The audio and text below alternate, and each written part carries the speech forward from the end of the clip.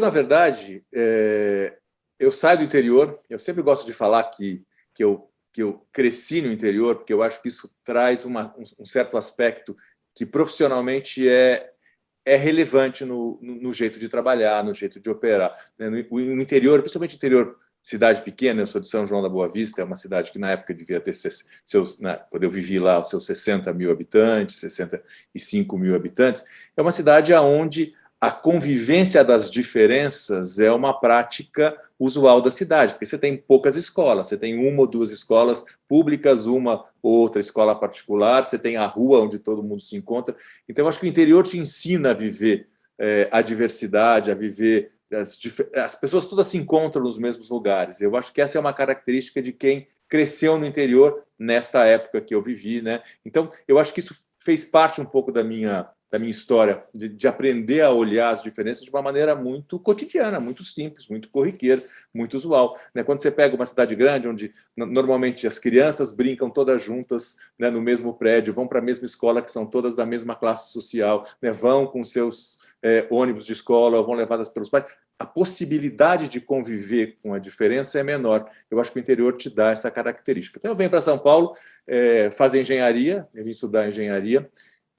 Logo no meio do curso de engenharia, eu já entendi que o que eu gostava mesmo da engenharia era a parte da gestão, era a parte administrativa, né? Então, eu comecei a fazer junto com a engenharia o curso de administração. Então, eu fazia Mauá e GV ao mesmo tempo, era uma vida maluca, uma lá no ABC, outra aqui na 9 de Julho, né? Aquela correria para lá e para cá, mas foi interessante. E ao sair das duas faculdades, eu acabei indo para... Entrei em alguns processos de trainee, entrei no processo da Unilever, fui aprovado no processo de trainees da Unilever e comecei trabalhando entre marketing e vendas, né? E era uma época do marketing onde a gente tinha muito a questão do fact-based, aquele marketing muito numérico, onde a gente se preocupava muito com os modelos preditivos, a construção dos modelos estatísticos, a previsão de demanda, a previsão de compras, a previsão de comportamento do consumidor, era tudo muito numérico. O que fazia total sentido, né, tanta gente de engenharia chegar no marketing, porque essa visão, né, mercadológica da época era uma visão muito quantitativa, né? Então, eu venho para o marketing com essa visão da engenharia muito numérica, muito do trabalho quant mesmo. Isso foi muito bacana. Assim, a Unilever é uma grande escola. Eu, né, aprendi tudo de marketing na Unilever. Na verdade, pude experimentar fazendo gestão de produtos ou fazendo gestão de vendas. Eu trabalhei em algumas localidades, eu morei em Porto Alegre, eu trabalhei no Rio de Janeiro, morei no Rio de Janeiro, trabalhei no interior de São Paulo, eu geri equipes de vendas em vários locais. Então, eu acho que eu começo nesse universo de entender o marketing não só pelo o trabalho do escritório, de ficar, né, trabalhando briefing, ou de ficar trabalhando desenvolvimento de produto, mas ir para a rua, vender, ver o que funciona. Eu sempre, né, gosto de falar que uma das coisas interessantes que a Unilever me proporcionou foi... Eu passei 3 meses no Rio de Janeiro vendendo margarina, né? E a minha base de vendas era a Baixada Fluminense, numa época mais tranquila de Rio, né? Mas era a Baixada Fluminense, então eu ia todo dia, né? Eu fazia uma área interessante ali, né? Fazia um pedaço da Zona Norte, depois ia até um trecho da Baixada, e isso me proporcionou entender muito a cabeça do pequeno supermercadista, o que funciona no ponto de venda, que tipo de material de comunicação é efetivo num lugar menor, onde você tem uma interação grande entre as pessoas do supermercado e as pessoas que estão comprando, né? O que efetivamente uma embalagem é atrativa para esse cliente que tem a possibilidade, né, de conversar mais, de ter um outro tipo de relação, né, com o seu ponto de vendas. Eu acho que isso foi me ensinando. A Unilever me deu a chance de aprender todas essas coisas, ao mesmo tempo de trabalhar numa empresa, né, multinacional, com processos super estruturados, com marketing muito desenvolvido, né? Então, eu acabei transitando entre as áreas de vendas e as áreas de marketing lá na Unilever. Depois, trabalhando principalmente... Depois eu voltei para o Sul para ser gerente de operações, né, dos 3 estados do Sul, né, num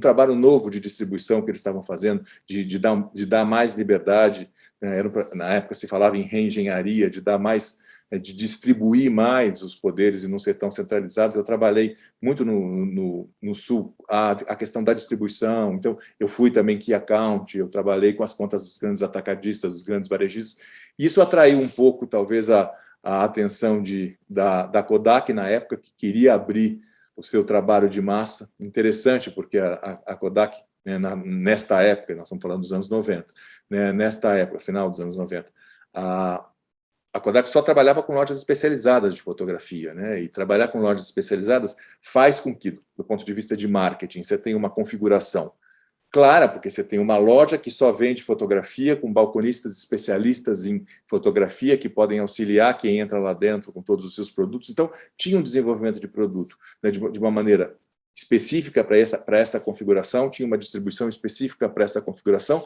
mas precisava abrir, porque o Walmart chegava no Brasil, já estava operando, e o Walmart era o maior cliente de Kodak, então precisava montar uma estrutura de distribuição de massa. Então eu vim para a Kodak nessa época para fazer isso, para organizar essa operação de distribuição massiva, né, de como operar, porque quando você vai para o supermercado, vai para a gôndola do supermercado, você não tem mais ninguém para te ajudar a colocar o filme na máquina, você não tem mais informação de o que é ISO, que ISO você tem que comprar, o que funciona ou não funciona para esse tipo de fotografia, como é que se revela ou não. Então você precisava reorganizar, desde o portfólio de produtos até uma forma, né, de comunicação com esse novo canal de vendas, e eu vim para isso. Foi uma experiência bacana, depois eu acabei assumindo a área de marketing também, e acabei ficando depois, no fim, né, com essas duas operações. E na Kodak eu fiz um projeto muito interessante, né, na época. Se falava... difícil falar na Kodak naquela época em processos digitais, de captura digital, principalmente porque o modelo de negócio era inteiro construído em cima, né, de produtos cuja rentabilidade não vinha do digital. Mas a Kodak falava não em capturar a imagem, mas em dividir imagem digitalmente. Falava assim em sharing pictures. Então, tinha um projeto, né, organizado, que veio muito daqui da operação, né, do Brasil, que dizia que a gente poderia capturar a imagem quimicamente, né, pelos processos químicos, de revelação química, e depois dividir essas imagens digitalmente. A internet comercial começava a ganhar peso, então dava para poder pensar em modelos, né, de trabalhar. A gente falava até em ter uma chave onde você poderia escanear suas fotos já tiradas, depois subir essas fotos para um determinado site ou um determinado lugar, e neste lugar você poderia dividir essa chave com outras pessoas que poderiam entrar, ver, né, compartilhar digitalmente essas fotos. Era muito interessante, porque a gente estava falando né, de um Flickr incipiente, ou a gente estava falando de um Instagram 10 anos antes de se pensar no Instagram.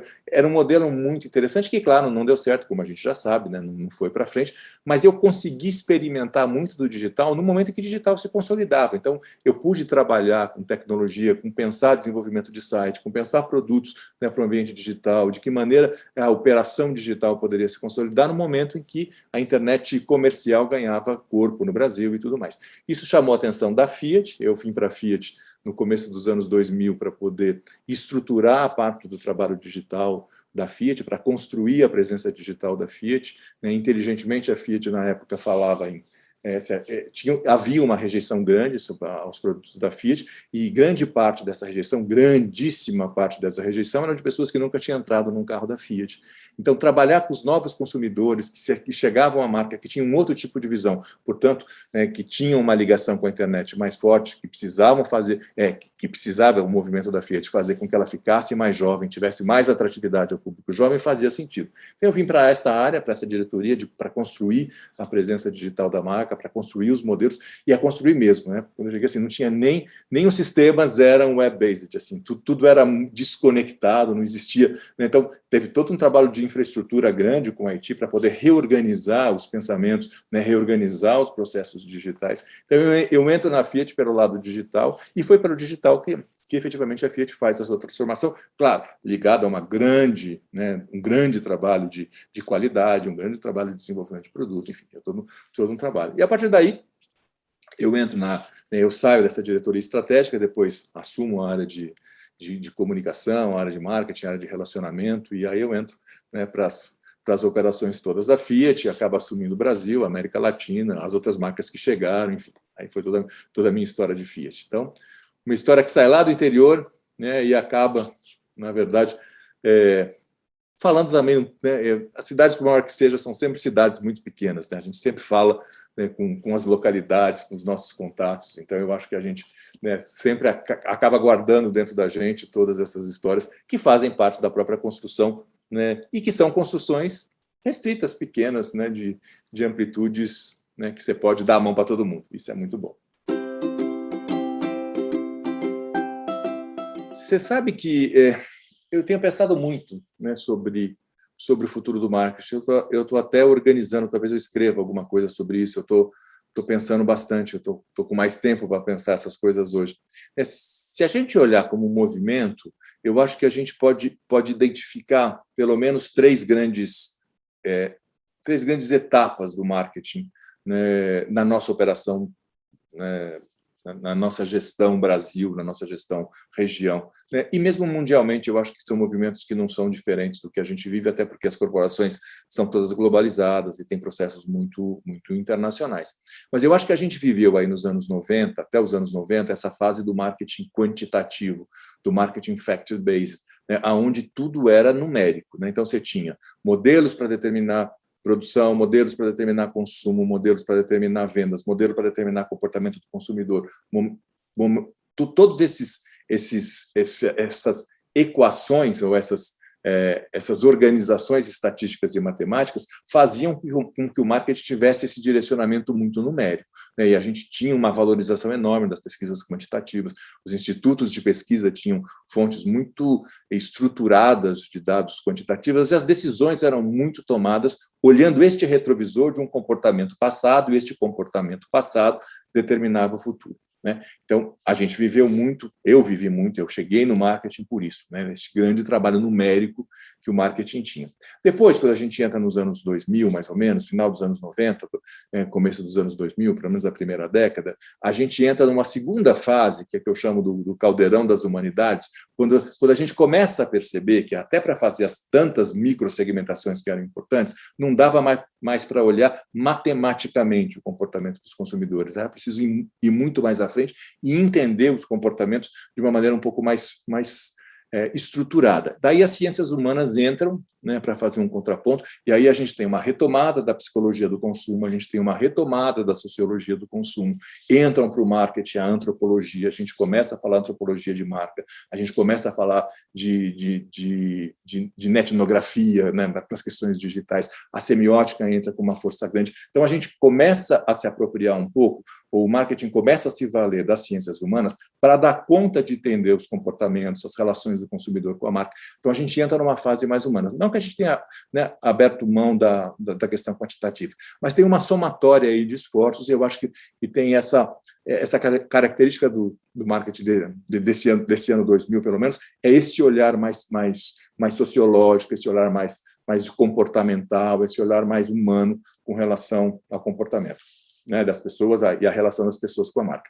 Mas tanto no primeiro momento quanto no segundo, pelo menos nesses dois momentos que eu vivi, né, eu vivi muito menos o marketing dos anos 70, aquele marketing de massa, unidirecional, uma campanha que serve para tudo, eu não vivi esse momento, então é difícil de falar dele, mas quando a gente olha esses dois momentos, sempre o direcionamento, ou quantitativo, ou mesmo humano, são direcionamentos que partem da marca para o cliente. É sempre um direcionamento da marca. Sempre a direção, o mando, o comando estava com a marca, estava do lado do marketing.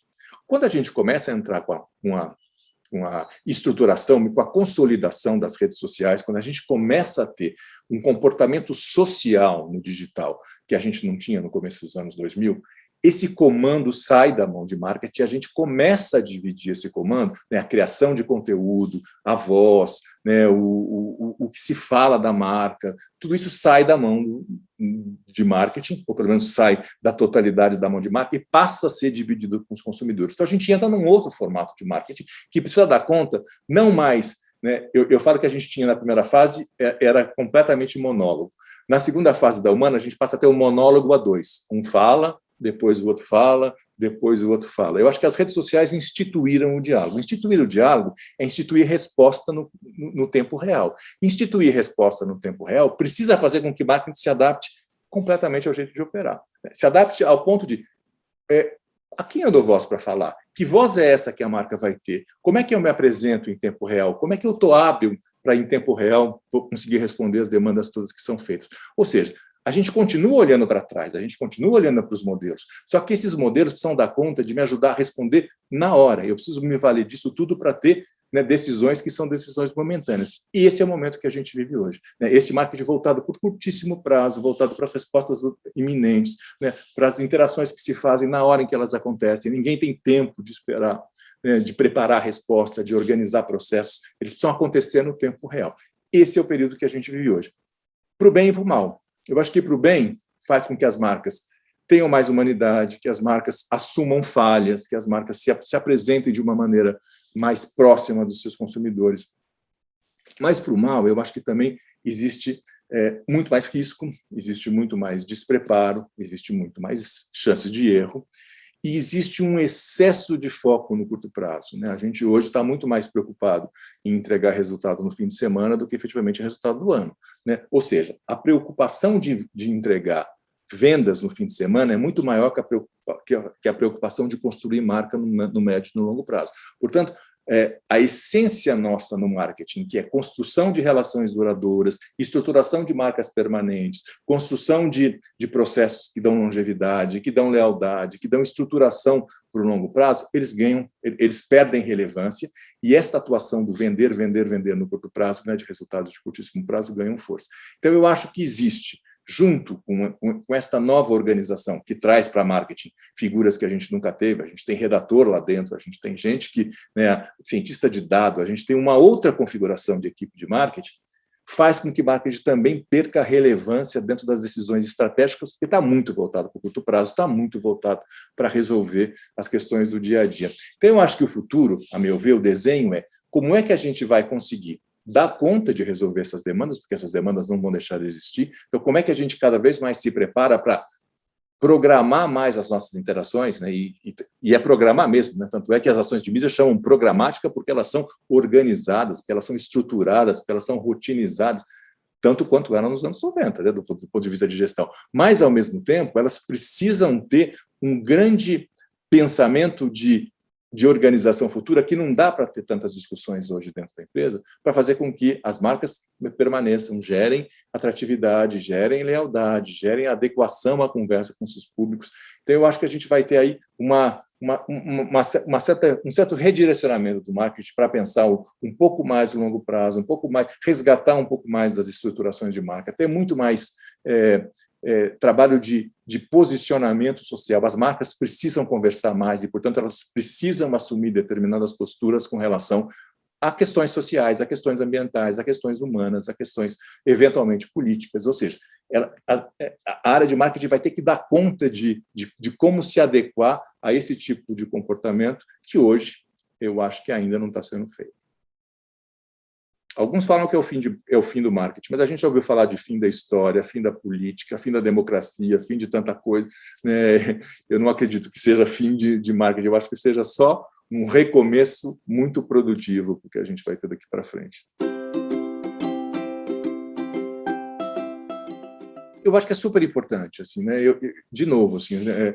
Eu acho que os trabalhos, assim, não dá mais para ter trabalho solitário, né? Assim, eu acho que uma das coisas mais importantes para nós da área, né, para nós marqueteiros, para nós que trabalhamos a vida toda com marketing, né, e que pensamos a partir do que a gente fez, né, do que a gente faz, nós precisamos ter interlocução, né? E essas interlocuções hoje na empresa, elas estão mais difíceis, porque a empresa tem uma visão hoje muito mais financeira, muito mais de curto prazo, muito mais de resultados imediatos. Então, eu acho que o grande esforço que a Abramark pode fazer é nesse sentido de dar interlocução, espaço para que a gente possa, né, trazer questões, possa discutir problemas que são comuns a várias empresas, possa, né, dividir um pouco as angústias, dividir um pouco os acertos e os erros, porque acho que isso é importante. Então, esse espaço de construção conjunta do que nós vamos ter que fazer daqui para frente, todos nós, porque a gente não sabe ainda qual é o caminho certo, né, qual é o caminho que está definido, eu acho que esse é o grande valor, né? Então, construir esse espaço de interlocução, de discussão, de aprendizado conjunto, né, de formas de estruturar. Eu acho que uma das finalidades, no fundo, é pensar uma maneira mais estruturada, é dar consistência ao trabalho da administração, é dar consistência ao trabalho de marca. de marketing, né? Então, eu acho que isso é o grande mérito da associação, é ter essa reunião, é ter junto, né, quem está fazendo, quem está pensando, quem está organizando, quem está trabalhando com marketing, e ter lá um grande fórum né, de discussão e de interlocução para as nossas práticas.